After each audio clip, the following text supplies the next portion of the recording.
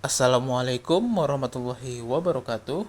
Halo, saya Muhammad Razik Abdillah. Hari ini saya akan menjelaskan tentang bab 7 komunikasi dan interpersonal skill dengan suplemen bab 7 yaitu motivasi. Pertama-tama, kita akan memahami terhadap konsep motivasi.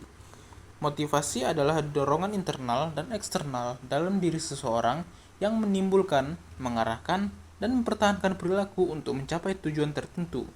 Motivasi muncul karena adanya kebutuhan yang belum terpenuhi, sehingga pendorong individu bertindak sampai tercapai keadaan seimbang atau equilibrium. Motivasi dipengaruhi oleh faktor intrinsik, yaitu sikap, harapan, cita-cita, dan ekstrinsik, lingkungan, imbalan, dan tekanan. Selanjutnya, untuk teori-teori motivasi. Teori motivasi menjelaskan alasan dan cara seseorang terdorong untuk bertindak. Secara umum terbagi menjadi dua, yaitu teori kebutuhan, content theory, di mana menekankan bahwa perilaku manusia digerakkan oleh upaya memenuhi kebutuhan, seperti teori hierarki kebutuhan Maslow dan teori kebutuhan McClellan, berprestasi, afiliasi, dan kepuasan. Dan teori yang kedua yaitu teori motivasi instrumental, yaitu menjelaskan motivasi berdasarkan imbalan dan harapan, seperti teori pertukaran atau exchange theory dan teori harapan atau expectancy theory, di mana kinerja tinggi akan muncul jika imbalan dianggap adil dan bernilai. Selanjutnya, motivasi dalam kaitannya dengan kepuasan hati. Motivasi dan kepuasan kerja saling berkaitan. Kepuasan kerja dapat meningkatkan motivasi, terutama jika kepuasan tersebut berasal dari pemenuhan kebutuhan aktualisasi diri dan prestasi. Sebaliknya, kepuasan yang hanya bersumber dari faktor lingkungan, misalnya gaji, belum tentu meningkatkan motivasi kerja secara berkelanjutan. Lalu, untuk teori proses motivasi kerja.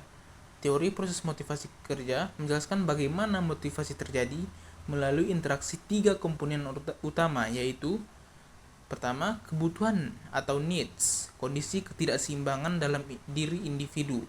Kedua, dorongan atau drives, energi psikologis yang mendorong tindakan. Dan yang terakhir, imbalan, incentives, tujuan atau hasil yang memuaskan kebutuhan. Teori ini juga dikuatkan oleh teori dua faktor Herzberg, yaitu faktor motivator dan faktor hygien. Selanjutnya, keterkaitan motivasi dengan kepuasan kerja. Motivasi dan kepuasan kerja memiliki hubungan timbal balik, di mana motivasi yang tinggi mendorong kinerja, sementara kepuasan kerja, terutama yang bersifat intrinsik, dapat memperkuat motivasi. Kepuasan tersebut terhadap faktor hygien hanya mengurangi ketidakpuasan, sedangkan kepuasan terhadap faktor motivator meningkatkan semangat dan tanggung jawab kerja. Dan yang terakhir, motivasi dalam peningkatan kinerja dan produktivitas. Motivasi berperan penting dalam meningkatkan kinerja dan produktivitas kerja. Karena individu yang termotivasi cenderung memiliki semangat tinggi, berorientasi pada hasil, dan berani mengambil risiko, serta mampu bekerja secara efektif dan efisien. Motivasi yang tepat akan mendorong pemanfaatan kemampuan dan kesempatan secara optimal untuk mencapai tujuan organisasi. Terima kasih sudah mendengarkan sampai akhir. Sampai jumpa di lain waktu. Wassalamualaikum warahmatullahi wabarakatuh.